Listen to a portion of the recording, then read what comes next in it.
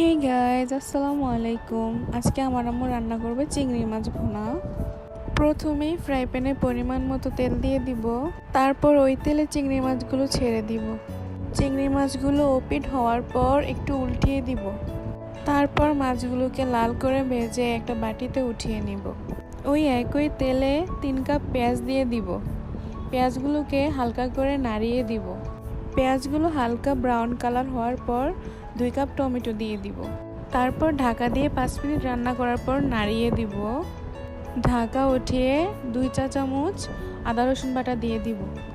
পরিমাণ মতো লবণ, হলুদ, মরিচ দিয়ে দিব। তারপর এতে 5-6টা কাঁচামরিচ দিয়ে একটু নাড়িয়ে দিব। পরিমাণ মতো পানি দিয়ে দিব। ঢাকা দিয়ে 4-5 মিনিট ভালো করে রান্না করে নিব।